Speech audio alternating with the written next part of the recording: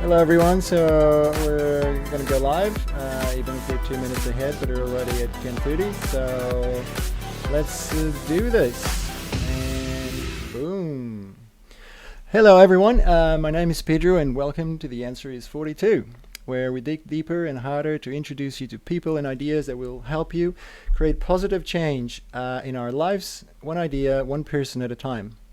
So our guest today is another multi-accomplished human. Jin is the founder of MetaMed, an intuitive therapist with over 10 years experience as an osteopath, herbalist, Western medical acupuncturist, and psychosomatic therapist. If this wasn't enough, Jin is also a successful entrepreneur, having grown her MetaMed brand from Wanaka to Queenstown, while at the same time starting numerous side hustles deeply linked to her passions. Speaking of passions, Jin is a firm believer to the importance of listening to our own bodies and the underlying stories they hold, as in them lie the answer to all our sufferings and conditions that are holding us back from reaching our true potential. Kicked in the butt by the current worldwide lockdown and all the implications to her business, she did not sit on the couch watching Netflix to kill time, and instead, within days, has already launched something she always wanted to do: the art of listening to your body, a platform to teach what she believes in, teaching people more about the mind-body connection.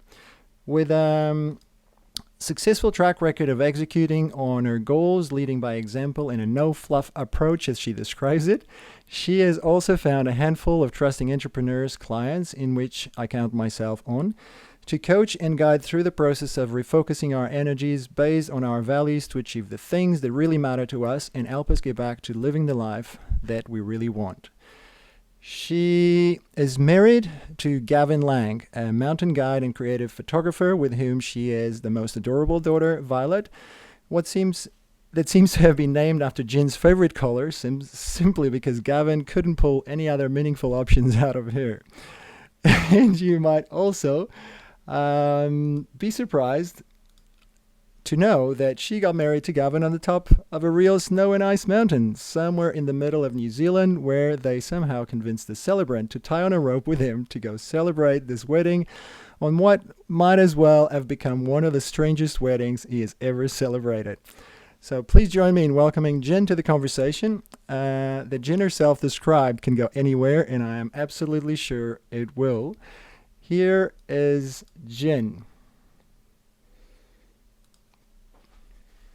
You are live. Welcome to The Answer is 42, Jin. I'm super excited to have you here. So, Hey everybody. yeah, give it again. Test 1, 2, 3. Here we go, Jin. I want to throw the ball on you. On everyone is in this lockdown. We're all at home, and I mean, we go back to that later, but basically you've managed to, we had a conversation and you told me how somehow this was just a kick in the butt to get things done. And you were said, like a lot of crisis, this was your words, sit very close to this. Peter, like, from crisis can come growth. And that's what I wanted to explore. How that happened to you, and how Yeah. can people maybe catalyze that in their world? Yeah. Well, so it stemmed from my experience of being a physical therapist and osteopath and getting patients in the door with their physical injuries, their discomfort, or their recurrent illnesses. So not just musculoskeletal pain, and noticing that these people had emotional disconnect happening in their life, and the discomfort they were experiencing was really their body telling them that it was unhappy with their current life situation, be it their relationships, their job, their environment that they were living in. And some people would listen to that really early on, but other people would get really caught up in busyness and their body would just keep on giving them more and more signs until they were forced to listen. And so it was this being forced to listen that I saw was the body's crisis, having a physical crisis where they would have the injury that they just wouldn't repair from, or maybe they would break a limb, or they would get a massive infection, or maybe they get things like an autoimmune disease, a very highly inflammatory disease, or something that just really floors them, where they're forced to stop. So this was the physical crisis that people were made to listen and to reflect as to what was going on in their life. And some people would make changes in their life in a positive direction, and others wouldn't.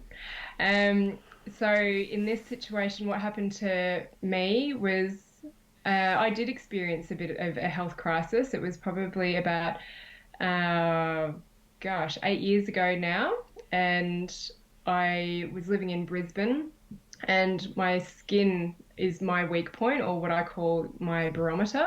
It tells me when I'm not too happy. And so, for a long time since a teen, I've been experiencing acne and itchy skin conditions, but it really flared up worse than I had ever experienced 8 years ago. And one was because I was in an environment that I know typically don't like. I hate heat and humidity, and I was putting myself in that environment in Brisbane. And for me, I wasn't practicing as an osteo as I wanted to. I think we all have an intuitive sense of what's going on for people energetically, but I very much so did when I was treating patients, and I found it really frustrating because I knew that they had emotional stuff going on, stresses that they were pushing to the side and coming to me wanting to fix their physical issues. So I found that really frustrating. And I like to be really direct with people, very honest with them, and pull them up when they're not doing stuff. So I felt like I couldn't talk to people on this level.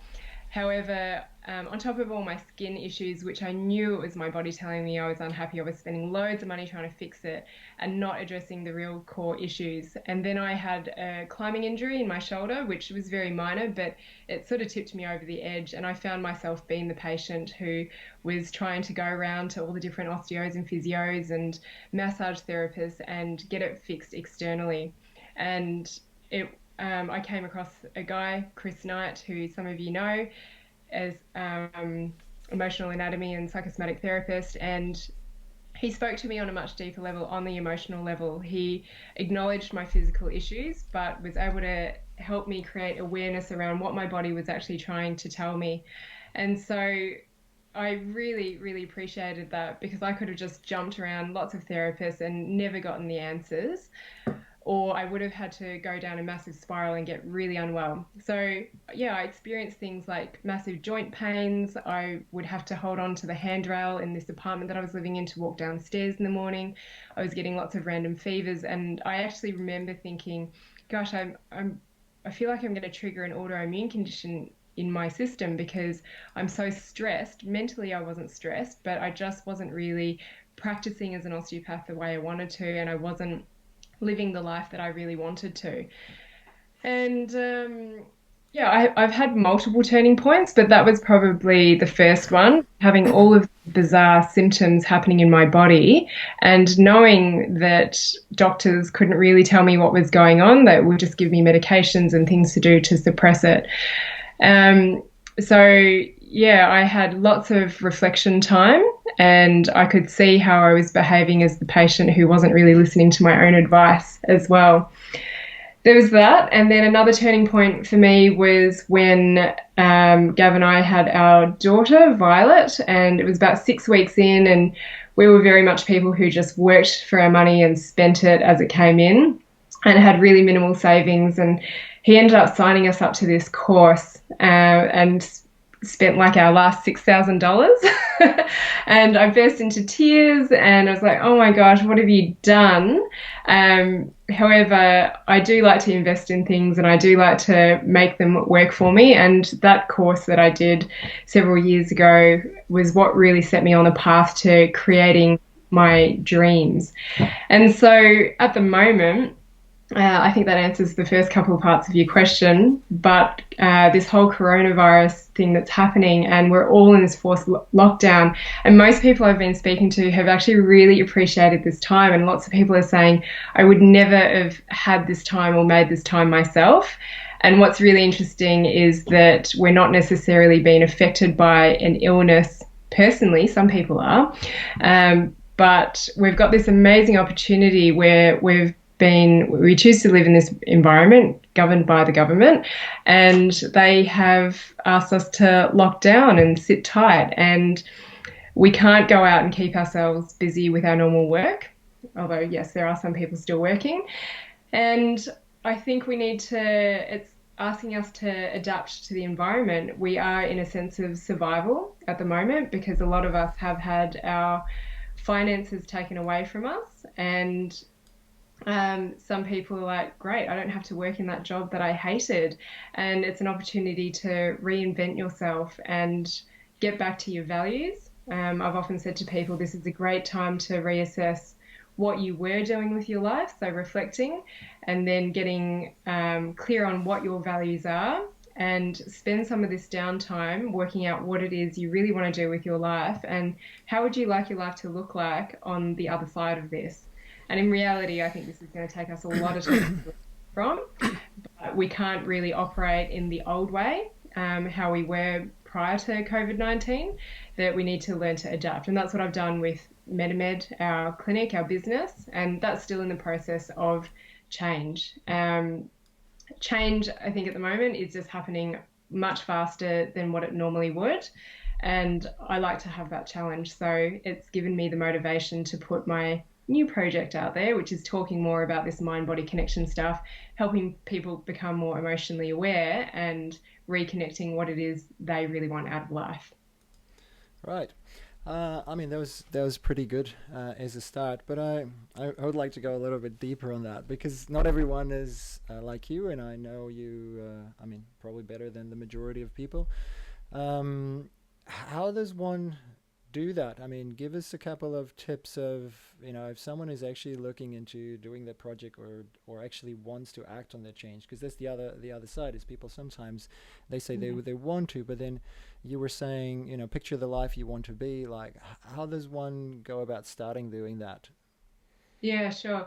So I talk a lot about masculine and feminine energies. And so I'll start by describing that is that a lot of Western society is in the masculine energy, which is the right side of our body. And that is all the doing, the activity being physical, being structured, analytical, processed. And that's what a lot of us will do in our jobs. The feminine aspect, which is the left side of your body, is more following your intuition, your creative aspirations, your emotional expression. So expressing who you really are. And I think we've been quite conditioned over several decades, years, centuries, and by our sometimes from our family as well um, to not express ourselves, to not follow our dreams, and that we should do practical things in our life. So we're battling with a little bit of conditioning. Um, how do you how do you do this? So it is embracing more of the feminine. It is dreaming big. Just sit there and dream. I call an exercise called a 7-year image or a 7-year desire statement, and you just write out what you want your life to look like in 7 years' time. And I like to follow there's 7 life areas, and I use this in goal setting as well. So when you're writing out what you want your life to look like in 7 years, you talk about it as if it's in the present. And it can be really challenging for people because they feel like they don't want to write things down in case they fail, but it's not about making sure this happens. It's like, well, just dream about what you want. So the 7 life areas is health, family and relationships, business and career, finances, education, social, and spiritual. So you want to kind of cover those areas. You can dot point it. It doesn't have to be a story just yet, but it's just about getting started. Um, yeah, so writing down what it is you really want. And then another thing is if you have an idea, like a project, a passion project, or a business idea, is it really needs to connect with your why. So I always like to start with the bigger picture in mind of what you want your life to look like in 7 years and what are the little steps that you have to take to get there. And your life can totally change in 7 years. Like look at life 3 weeks ago for us in New Zealand. It has completely changed so rapidly. So imagine what you can do with many, many more weeks at your hand. Um, Right. the other thing that you want to do is if you have an idea is connect it with your why. Why is it that you want to do this project? And I also think it's really important that it's connected to your own story. I like to talk about people's pain stories and their experiences because when we experience something, we will have our own perspective on it and we can share with people how we have come through that. So I always just try and teach what I've experienced myself and be open to other people's ideas. And then you want to find out, okay, well, how is this idea potentially going to impact the lives of others? Because I think that if we can share something that we're really strongly connected with, that fulfills us, and we know that we are helping other people, then it can give us more meaning. And then you also, for all of the projects I've had, is work out what is the bigger change it can make in the world. I mean, those are great ways of putting it. But I now, where can people? I think the people that let's face it, like if the people that can do it, they probably don't need to be listening to this, because this will just help polish a few things or get a couple of tips left and right.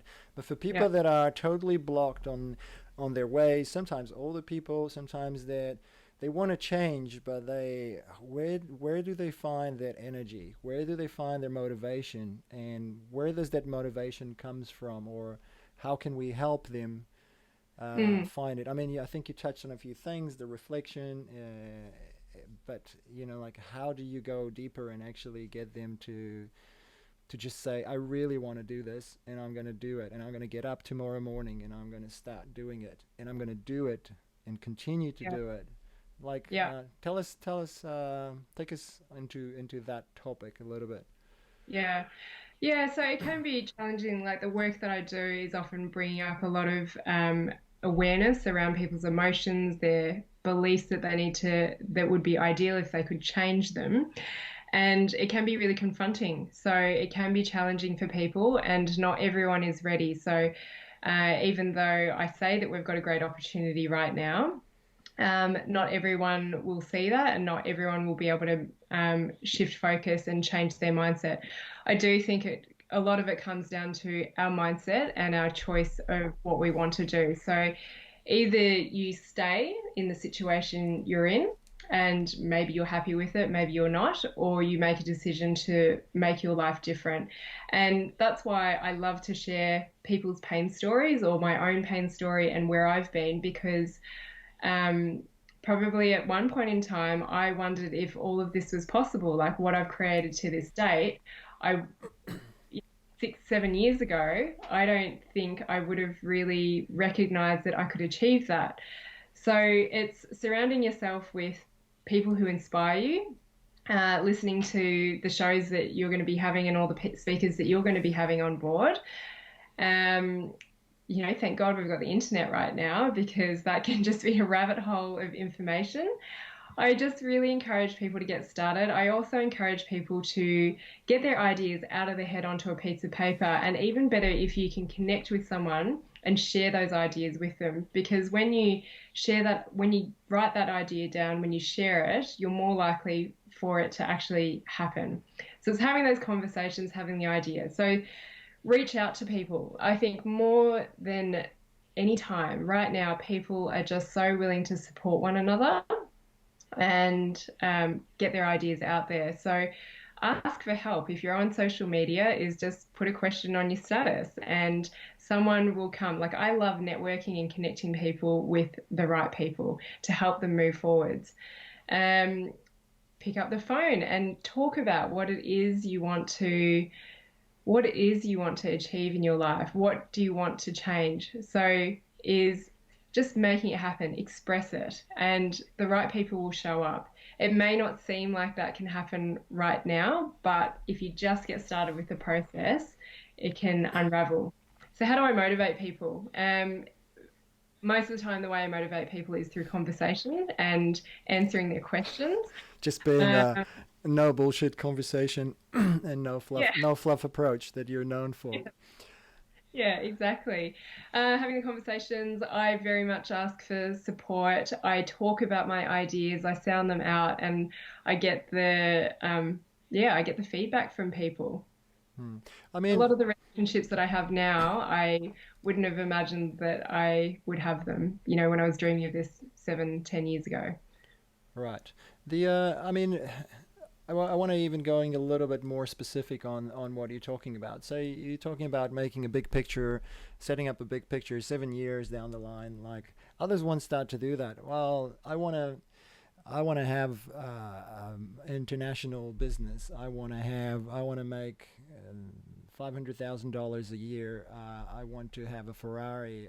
It's not actually what I want, but Yeah. like for the difficulty in this process is, you probably know, and I'm sure you've faced this a few times, and I'm curious to know who's been your hardest case in terms of breaking that sort of those habits. But for people that have somehow, that you asked to do this, that for the majority of people, it's really hard to just say, well, but that's kind of not possible. The first thought that probably comes to Yeah. our mind is, you're asking people to think about the impossible. I Yes. want to be shooting a Netflix series, or I want Catalyst Media to be shooting the next Netflix series that is going to be as successful as Casa de Papel. And like, I can't even start thinking how I would get there. So how does one start do that? Is it like, are you need to think about it if it's going to be possible, or you just like put it down? Because a lot of people think about, oh, I want $1 million. Yeah. Like, but that's kind of not really a thought, is it? Like, it's not, you haven't really thought about it. So how does one do that, and how does one go over that limitation sort of thought of, oh, that's impossible already from the start? Yeah. I think for me, it's encouraging people to go through the process because I have taken a number of people through this process. I've been through it myself. I'm still going through it. I'm sort of coming to the end of my 7 years that I projected 7 years ago, and now I'm ready to sort of refresh and renew that for the next several years moving forwards. And it's all these pieces of the puzzle and processes that if you just do them, they start to fall into place. So I do encourage people to really just sit down and take the time out to dream about what is the life you want in 7 years, even if it seems unattainable. You just get the platform, you get the foundation written there, and then you can revise it. Yes, it has to be realistic. I think it is definitely within reach for people to make $1 million within 7 years, but you have to recognize that all of this process does take work and it may take you out of your comfort zone. I've definitely, with everything that I've done, I have always put myself out of my comfort zone. I quite enjoy it. I like to prove to myself that I can do it as well. If I didn't take those first steps and get uncomfortable, then I wouldn't be where I am today. And right now I'm in discomfort because everything's changed for me with my MetaMed business. However, I'm like, cool, this is a challenge. And I remember for myself dreaming that I would be able to attract people internationally and nationally, not just within Monaco and Queenstown. And now I see the opportunity in this. I've always wanted to go online. However, I've been comfortable. Everything was ticking along really nicely, and now all of a sudden, within a few days, we had to switch to being in the on the online platform, and we've already started attracting people not from Monaco and Queenstown to have consultations with us. So it's happening, and I put the intention out there. I've lost the question. What was it? No, Maybe, the maybe question is how to specifically do that. Like 1, 2, 3 steps. I sit down tomorrow morning. I wake up, make myself a cup of tea. How much time do I need to put aside? Do I need to do a first episode tomorrow and then do another one? Do I need to revise it? Is it breaking down in columns? I mean, how okay, does yeah. it look like? Yeah. So it wouldn't even be starting on your project just yet. It would be starting with the whole bigger picture. What do you want your life to look like? And I sound like a broken record, but honestly, like that's what I think you need to work on. And then another exercise that I give people is core values because we all have values that we live by, but many of us just aren't aware of what they are. So it's putting everything through your filter. So why do I want to have my life looking like this? Why do I want to put this project out there? And does it Give us connect an with example. that? Well, okay. So, For your example, for example. well, what I'm talking about is really general right now. So probably the best example would be is tell me realistically, what do you want? What do It's I in want? spot right now. Yeah. Okay. Well, let me think a little bit about it. What do I want? I want to something that is really important to me is to be fulfilled in what I'm engaged on. I've worked my background for many people that probably don't know as mechanical design engineer. I still have that mindset. I look at things. I got a very mixed sort of approach to things, half sort of analytical and half creative, which I think it's a plus in a lot of the stuff I do. But so being true to finding something that fulfills me, it's something that I consider a lifelong goal. So I worked as an engineer for almost 10 years, and I mean, there was always something missing, even if I was actually doing really well. I was growing, I was learning more, I was progressing in my sort of corporate life career. So I don't know if that's what you asked, but so that's something that is important to me. At the same time, I want to, like everyone, I think everyone would love to have their dream job. And for me, what I do right now is pretty much as dream as it could be. I mean, I can grow on it, but I think it's something that I feel blessed every day for having the last few years since I've started Catalyst Media to be able to do it. So that's my main thing. Then I want that to be able to exist within the things that need to occur in my life. I want my family around, I want some time with them, and I want to have enough finances that support the lifestyle we have, and maybe staying international and maintaining contact with my family. So those are probably sort of my main key points of what I would like to achieve. Hmm. Great. And so, what I would recommend is that you just sit down, like you're actually pretty clear about it in your head, but you just sit down and you get it out of your head onto a piece of paper and you check in and see if it's actually something that's realistic to be able to achieve and cover those 7 life areas. So, you already talked about family, you talked about your business and career, you talked a bit about finances, and I find a lot of people are uncomfortable about talking about finances, and actually putting a figure on it and looking at their money and working out how much do I actually need to survive. So some people um, actually have heaps of money, but they feel like they don't have enough, or other people don't have a lot, and they need to take steps to change that as well. So it's getting the reality check on each of those life areas. So what was the other thing we didn't you didn't cover? Education, spiritual, and social. Social, I know from what you've talked about, is that you love connecting with people. So yeah, looking at all those life areas, but actually just putting down on a piece of paper. And lots of people, when I ask them to do this exercise, do have a big block around it. And I just ask them to trust me in it and just do it. Like, what, it'll take an hour out of your life. It could take several days if you wanted to, but if I sat down with you and said, right, Pedro, at the end of an hour, you're going to have this document written and I want to read over it, it'll bring up all sorts of discomfort for you and all sorts of self-doubt. So, but to be emotionally aware that that's how you feel is what's important in this process. It starts to really uncover where, yeah, any weaknesses or your strengths as well. So another thing that I just remembered is, how do you find the motivation?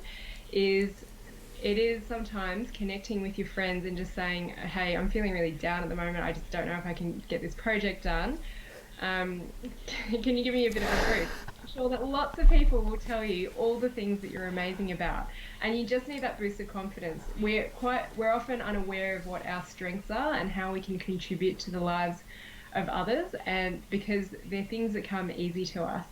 So all of this filmmaking, photography that you're really amazing at, I think you do recognize that, and that's why you've got this company going.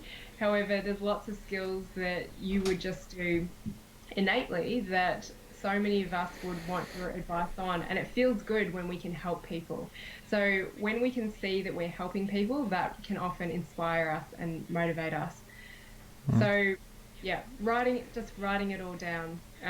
I can have conversations with people for days about this. It's like, if you just sat down, you would have had this done by now. So do you have any is there like a template or something that is available somewhere that we can kind of use it? Yeah, Yeah. Uh, yeah, I do.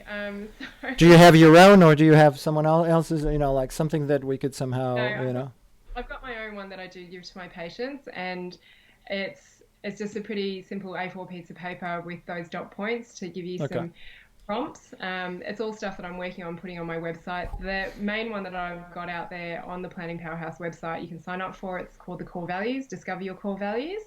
And as we were discussing just before the call, is that I've downloaded yesterday. I started.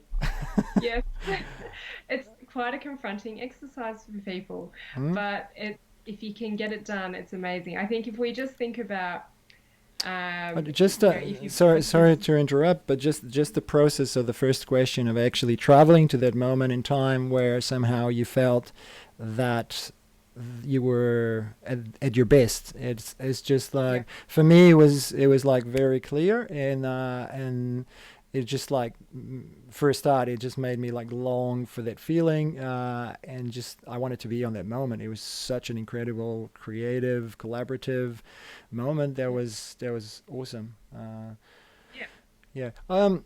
Can I don't know if you wanted to finish, but I mean, this is all great, but I go back to one thing that probably I struggle a lot is I have a lot of ideas. And I mean, right now, people got locked down at home, and at first, this looked like, oh, yeah, this is going to be a holiday. But then, like, you started realizing, depends. I mean, if you're by yourself, you can probably, like, just, like, go into the sheets and no one will know. But I mean, if you live in some sort of bubble, people are somehow making you a little bit accountable, and you'll realize that life carries on in different forms, and actually you have to adapt in a lot of things. It could be that you want to keep fit because otherwise you're going to end up like a ball rolling out of the door at the end of this, or you need to keep your mental sanity. If you have kids, you need to look after them and entertain them, or even spending some meaningful time with them. You also want to have some time to maybe entertain yourself and just disconnect from all of this. So I mean, and all the, how do I prioritize through, how do I find what's important? Because the reality is there is not enough time in a day to just do all the things we should be doing. So how do we actually, okay, tomorrow I want to do this exercise you're proposing. Like, how do I make it important? And how do I get to the end of the day with a sense of, oh shit, not, oh shit, I didn't do everything I wanted, but actually Mm. I did the things that were important to me. Where does that start, and how do we do that?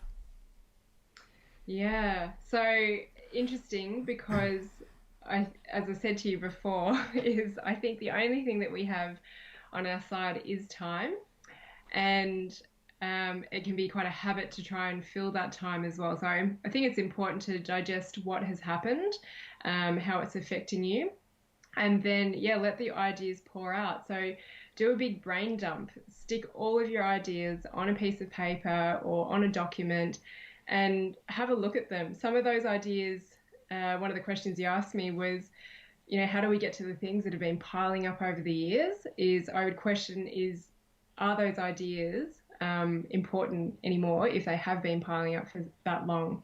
So brain dumping it all down and just working out, okay, does this still have meaning to me? Is it still connected to my bigger picture in that life 7 years down the track? Is it connected to my core values?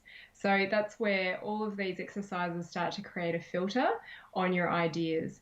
And I think I find a lot of people get quite overwhelmed because they say yes to every single opportunity that comes their way, but it doesn't necessarily serve them and fulfill them. And it soon becomes something draining, it starts to exhaust them, and then their body starts to tell them it's not happy. So, um, yeah, list them all out and work out, do they connect with one another and are they connected to your deeper why and your life mission or your soul's purpose, like that I like to say. Right. So, and you would you say that you found your why because of all the journey you were telling about, like in terms of, was that like a clear thing, or is that a thing that went through time? It was definitely something that evolved over time, and it was through my own experiences. And again, I talk a lot about emotional awareness. So I became very aware of how I was reacting to situations. I looked up to certain people in my life that inspired me, that I wanted to cultivate more of what they had in their life. And so it meant that I had to change certain habits, certain ways of being. Um, I've forgotten the question again. No, the question is, did you find your why like progressively, or it was very clear, and they say like, this is what I want to do, and you had no doubts. Yeah. So yeah, it was about 6 or 7 years ago that I became really clear about my why. So I believe my purpose is, I say it's to liberate people of pain physically and emotionally and reconnect them with their soul's purpose so that they can live to their full potential. And I've had that opportunity to do that through my osteo work. It's been a tool because people come in with physical injuries, but I've always been able to intuitively read the deeper stuff that's going on in the body. So I'm always prepared though for this to change and evolve over time.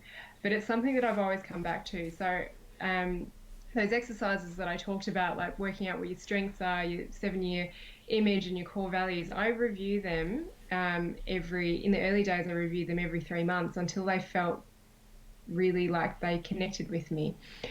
Now I will review them every year or so because, yeah, I might have had millions of dollars in my financial goal and that didn't happen. But I need to look at, okay, well, is it realistic? Do I actually need millions of dollars?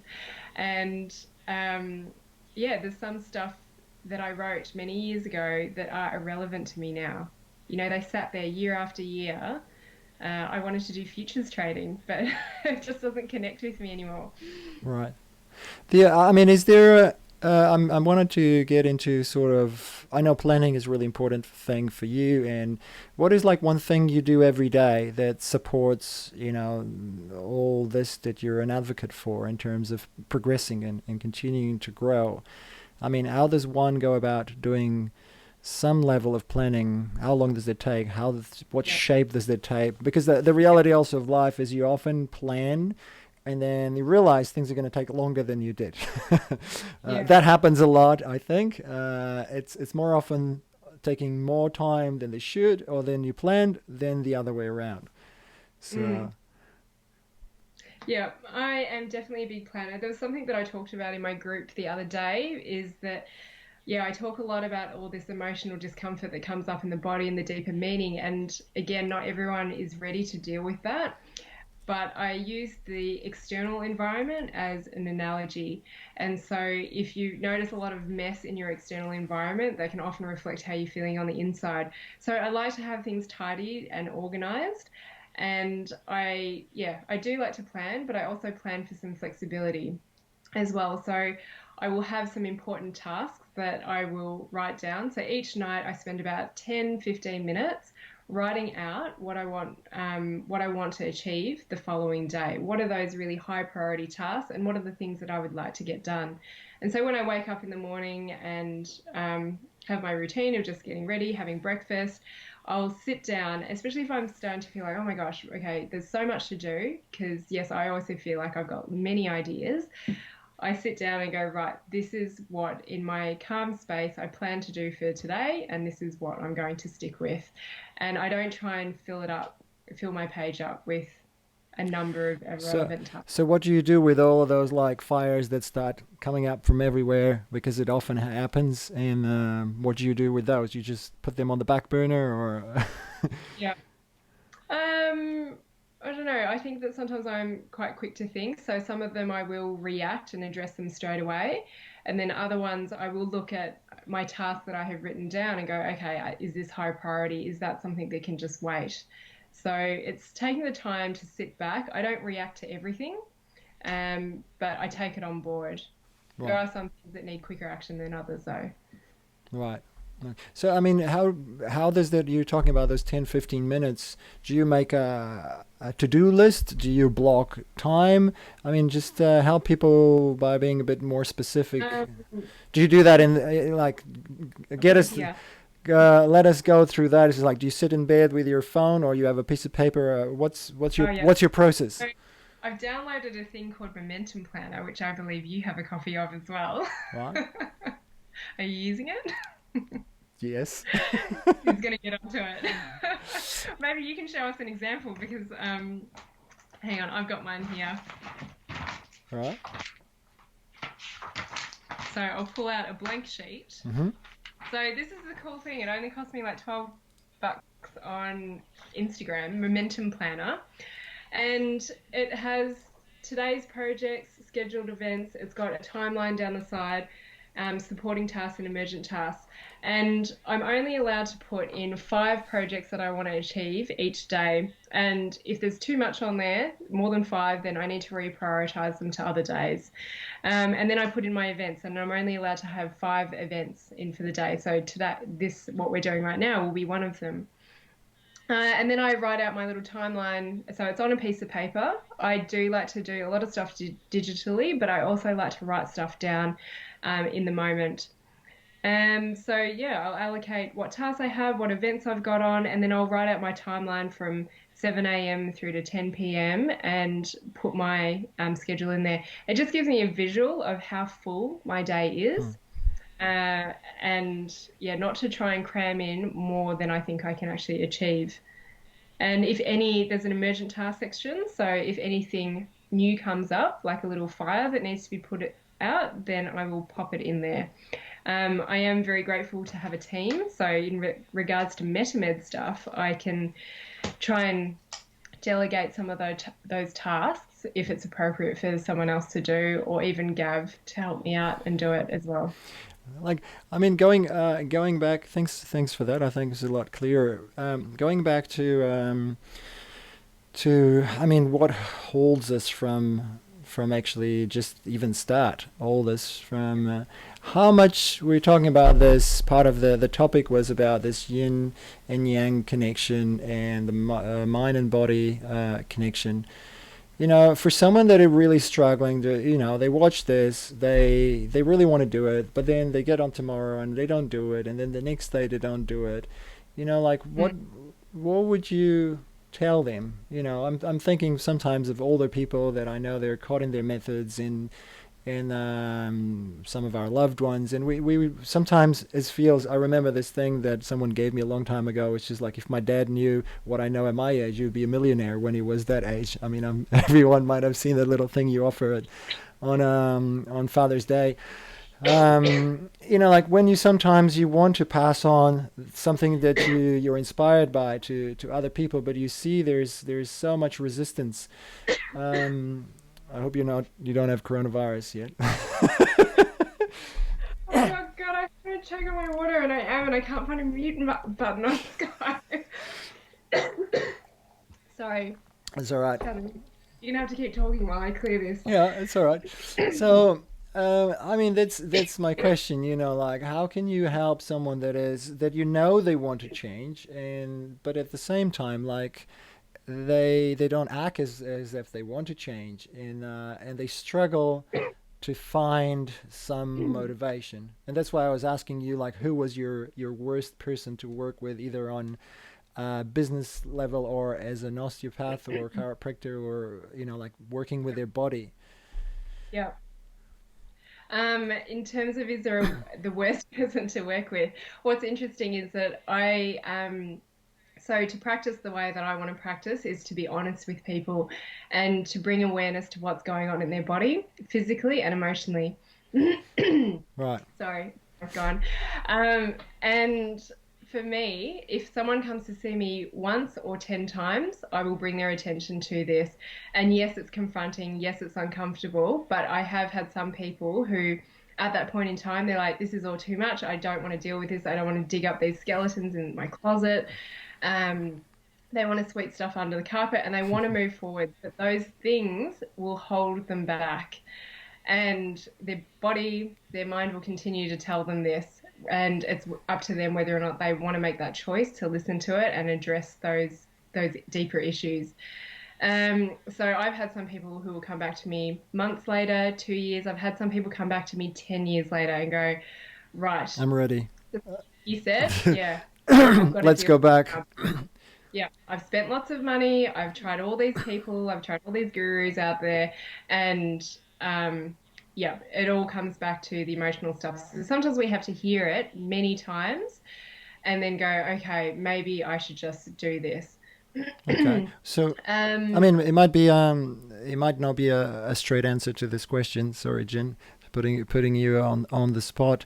But I mean, we all, for the moment, have a limited amount of time in this world, even if I would love to live forever.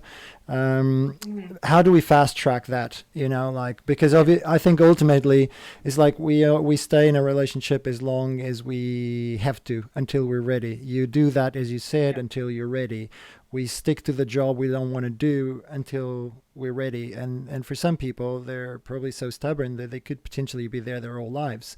So, Yeah. I mean, is there any way to fast track that and get to a realization of I want to do something and I want to change, or maybe I don't want to change? Yeah. So Yeah. As you say, I think you you're got to you're make too the close to choice the by doing. microphone and you're passing me your coronavirus right now. Uh, yeah, it comes down to that choice of, okay, do I want to stay how I am? And maybe that is being miserable, knowing that you're also affecting the lives of other people around you being miserable. Or do you want to make a change and do you want to give yourself a chance to live the life that you want? And so I believe that we all have a purpose in this lifetime. And for some of us, it will be able to share and contribute and help people grow. And for other people, it's just our purpose is to live our life that way and maybe turn us off living our life a certain way as well. Um, so, and when you talk about, okay, if we've got limited time and what if we die tomorrow, that's actually a scenario that I run through my head is what if this was to happen? Would I, if I was to die in a month's time, would I be happy with what I've done with my life? And more in the sense, did I live a meaningful life? Was I happy? Did I, um, did I help other people? Sorry, I've just, my mail's popping up. I'll just turn that It's off. okay. And yeah, so that is another exercise I give people is leaving a legacy. So write your own eulogy. How would you want to be remembered if you were to pass away? How do you start it? So there's multiple questions in what you're asking, and so I keep No, getting lost. the question was like how to somehow. I think you're there. You just great a great tip. I had forgotten about. I've heard this tip a few times. The first time I read it in the most incredibly, I didn't see where it was going. So it was on the book from Stephen Covey, The Seven Habits of Highly Effective People, and it's probably. Never been able to get through that. Sorry, you have never gone through it. Never been able to get through that book. I try.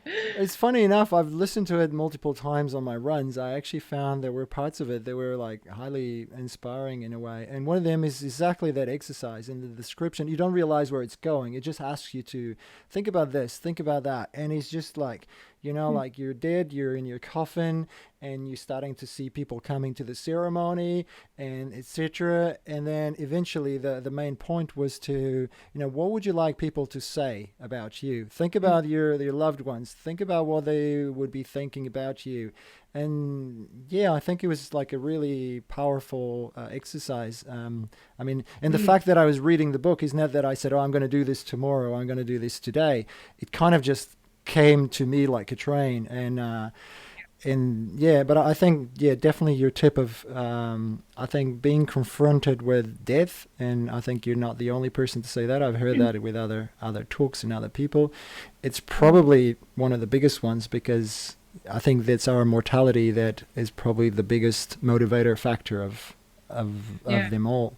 Probably more yeah, than money or anything else. yeah. No, the death thing is quite interesting. The other thing you were saying about is what motivates you is I find often for new mums or new parents is that you have a new driving why. So your child, you want to set an example for them. Maybe you don't want them to live the life that you lived, so you want to change that. Mm. So it is again exploring that why, and you just need to start the process. And you might write out your eulogy, but then in another year's time, that eulogy might change because you discover new reasons or new drivers, new motivators that you want to leave a legacy behind for. Um, but the motivation, yeah, it is challenging. Some people just it's an awareness that maybe you've been conditioned to believe certain things, you're stuck in certain habits, and you've got to make that choice to change. And I think for me, I remember as a teenager, that's when I sort of made the decision to stop procrastinating and follow through with stuff. So it may be that you need to be aware that you don't follow through with certain activities. You start and then you lose trust in yourself, you lose momentum. I think the other thing that's important is investing the time in yourself at the moment. The other thing that I would recommend is I know money is tight for a lot of people, but for me, after that $6,000 that Gav spent, we then went on to spend $50,000, and both of us weren't really working to much capacity. And we paid for these courses on credit card, but was so determined to make sure that we at least made that money back. And it's been incredible. But I know people who have dropped 50 grand on these courses or other courses and done nothing with it. And I think they have to be aware that that's their tendency. They go and spend money to try and deal with like learn a new skill or do something. But again, they're not following through. They're not acknowledging or willing to change certain habits or get out of their comfort zone as well. So we were so uncomfortable in that moment of $50,000 of credit card debt, which I think would beforehand, I would have thought that's really stupid. And I don't recommend people go and drop 50 grand right now. But for me, if I spend the money on something, I want to make it work. I want to make something happen out of it. So sometimes it is getting a mentor, investing in someone to hold you accountable.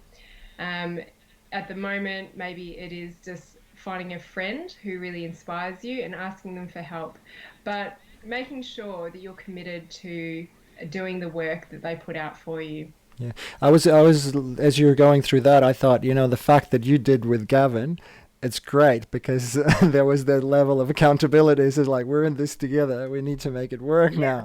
now. I think we're getting to an end here. In my last question, not the last question, but the one I had here sort of noted is, how can people find that accountability, especially if they're alone? What sort of tips do you have for people that are more they don't live with someone, or maybe their partner is not the best person to be their partner of accountability?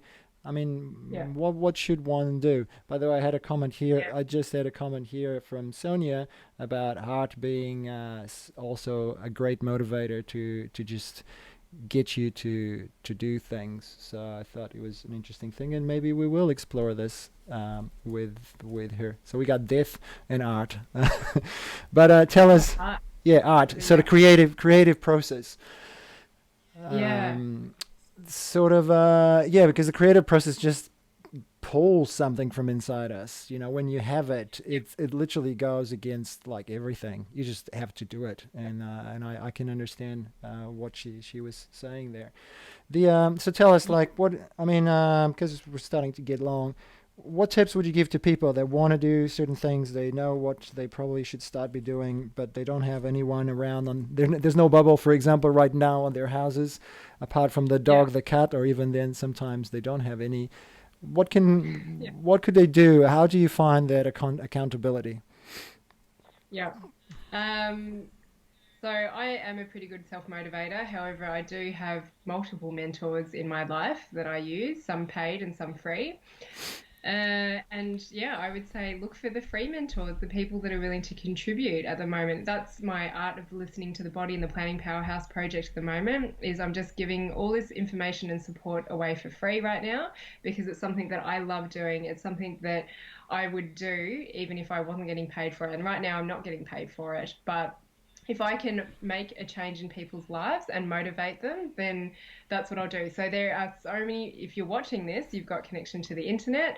And so there is so much free stuff popping up. There is so much online stuff popping up that there's bajillions of people that you can connect with right now. You can find, someone that you worked with that inspired you or a friend that inspires you.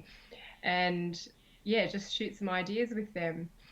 There's so much free stuff on the internet, including my stuff right now. So if Well, you I'm join, sure we're gonna get a bunch of links for people wanting to explore that. I mean, I was just thinking maybe you need like some videos that are literally just talking right into the camera. Have you done your core values today? Because tomorrow I'm gonna come again with another video and I'm gonna kick your butt. Did you wake up in time today? Are you moving? well, that's the thing. I only started my group last week, so if you join it, then you will be taken through the baby steps of it. And As I say, like I address the feminine, which is more the storytelling of the body and the emotions, and then I've got the masculine processes, which are the sit down and do these processes and let's discuss them and let's brainstorm them and create them in your way. And I just wanted to touch on what Sonia was saying about art, is because art and creativity is definitely more embracing that feminine.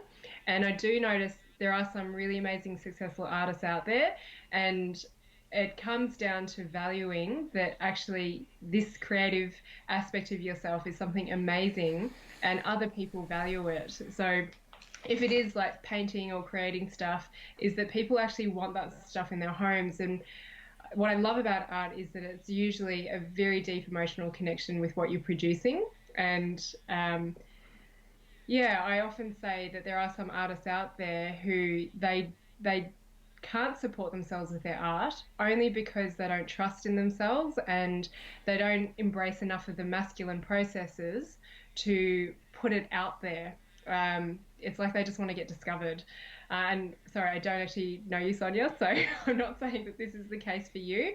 But yeah, create all this stuff, but put it out there for people.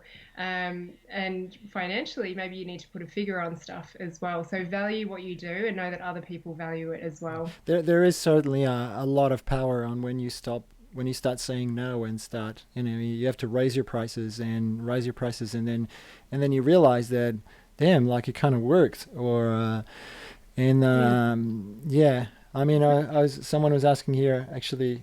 I think it is my dad. He was asking, how do you live with a 20-year mind in a 60-year old body? How do you, Right. sorry? It's never too late.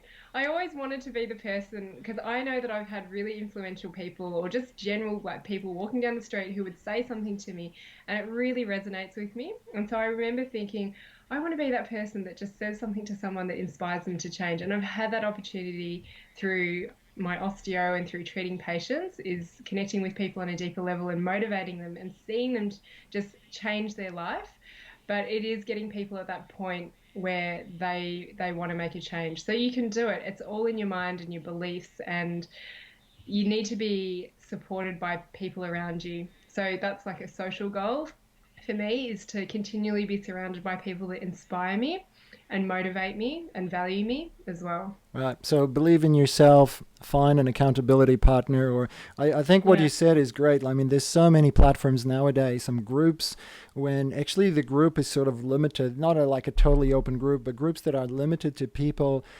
within the same sort of frame of mind that are pursuing the same thing can be a great way, a great method of accountability where you start putting down what you're going to do and someone eventually say, oh, how are you doing with that project?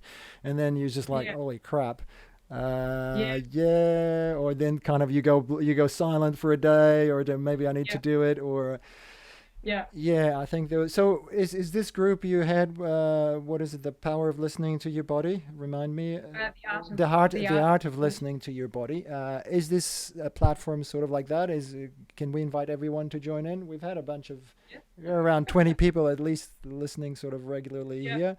Yeah, Uh, for sure. I mean, I'm still fleshing it out, and that's not the general planner in me. The planner in me and the reforming perfectionist would have it all set out and know exactly how it's going to play out. But in this moment in time, I just put it out there and I'm going to let it evolve. And I really want people's input. So, in the art of listening to your body, and on my other Facebook, on that Facebook page, so that's a group, is I talk about different body parts, the struggles people are having that they're communicating with me, and I'm talking about that. And then the podcast is something else. If you don't want to watch videos, is that you can just, so that's also called the art of listening to your body. And I've just started that. There's a couple of episodes, but I want to get people on there live. So some are patients, some are friends. One is actually Gav, my husband, and talking about their pain and injuries that they've been through, which I think have been pretty significant, but they've come out the other side and they've taken massive learnings and they've changed their life. So I think that we can find a lot of inspiration from people's pain stories when they've come out the other side. Um, and I think there's something in our human nature that likes to hear the negative aspect. And, quite often we can look at people who are successful or we aspire to be like them. But it is an understanding that we've all had our challenges. And if we can share that and be vulnerable with people, we can teach them a lot. So yeah, through storytelling, the feminine aspect. I That was just having a great idea for maybe for your platform, or at least I don't know. I think it's a great idea, but it might be because it would be hard to get everyone accountable, and actually pairing people together that are on those groups, and like yeah, even if you're still accountable by the group, you actually could have someone that you sort of connect with, and that yep, are maybe on the same line of dream or work, or that yeah. could be. I think there could be a very sort of one-to-one level of accountability that is even more powerful than a group. It's kind of a mini group within the group. Yeah, Um, yeah. I think we're getting to an end here. I don't know if anyone's got any more questions or things that you'd like us to go through. But before I ask my last question, Jin, where can people find you? Where can people find more information on this? What do you support as in terms of information? Can you let us know? And if you wouldn't mind to just drop a couple of links in the comments, let's say Yep. just on the Facebook one, and then I'll copy paste them everywhere. So where can people Sure. find you? So, MetaMed is the clinic is still running in an online capacity, and all of our team is still working from home. So, if you want to actually explore this work one to one and you feel like you're ready, then I am doing online consultations. A lot of people think, oh, osteo, musculoskeletal, but I'm bringing a lot of the psychosomatic aspect into it. And that's basically you would tell me what issues or discomforts that you have in your body or ailments. And if you need a little bit of deeper insight and you know that there's an emotional disconnect happening, but you need a clearer picture, then that's what I love giving people that whole picture on that really holistic approach. And then I have started up my new Facebook group, which is under my name page, Jin Ong. The handle is the art of listening to your body, and within there is a group where I post live videos, but I'm also posting on the page about different body parts and what they represent on the emotional level, so you can start to learn about those issues and you can ask me questions. I actually work a lot better if you ask me your personal questions and then I can break it down. Otherwise it does seem very general. And then I've got Instagram, which I've just started as well, also the art of listening to your body, and then planningpowerhouse.com. And this is where I have to do some work explaining this to people. So I say that the Facebook page and group, talking about the emotions, is all the feminine aspect. And then Planning Powerhouse is it's still being built, but it's up there. You can get access to the podcast on there, is where I'm going to be putting the structured processes in. To take you out of that emotional discomfort and start moving you forwards in the direction that you want to go in. So yeah, multiple platforms, but one-to-one consulting with me online through metamed.co.nz.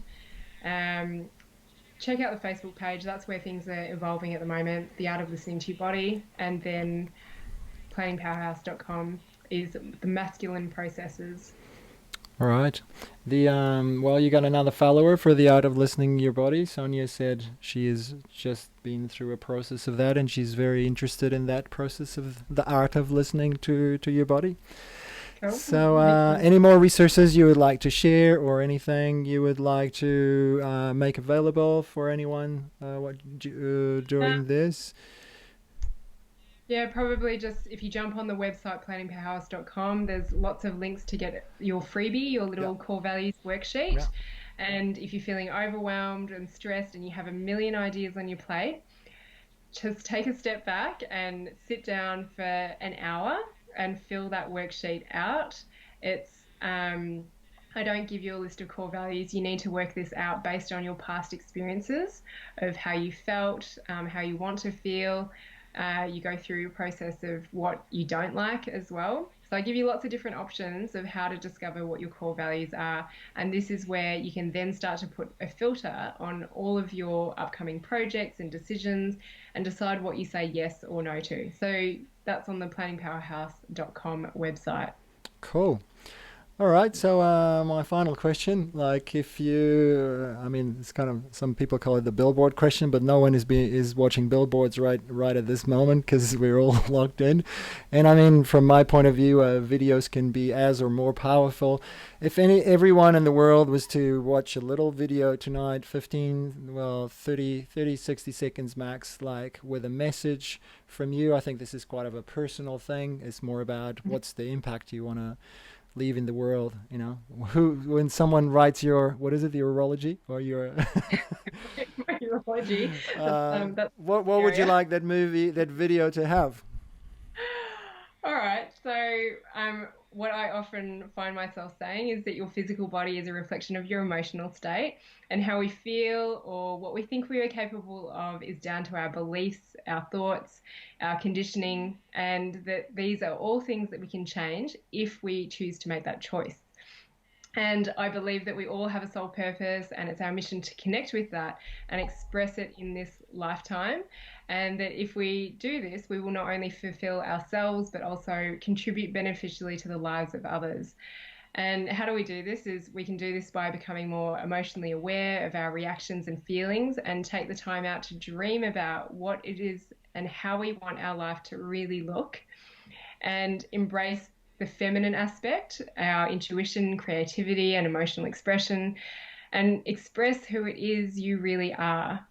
And think of your end goal, and then embrace the masculine energy and take all those small actionable steps and processes to help you achieve this goal, and just trust that you can absolutely do it. And now is as good a time as any to just make that change your habits, make it happen.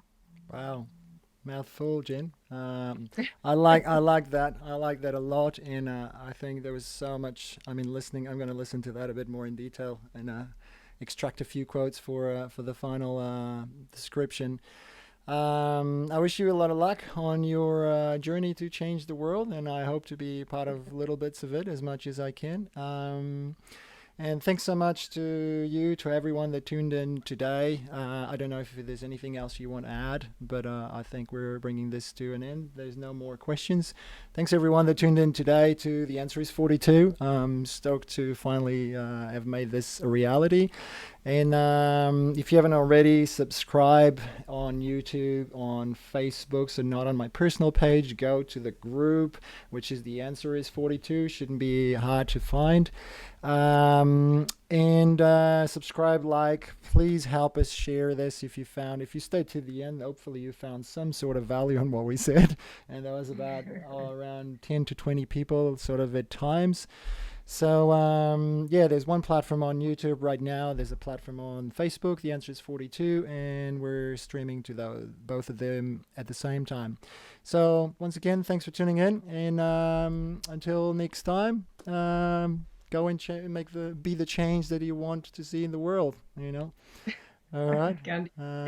Nice. Thanks, Pedro. Thanks, everybody, for tuning Thank in. you very much, Jen. See ya.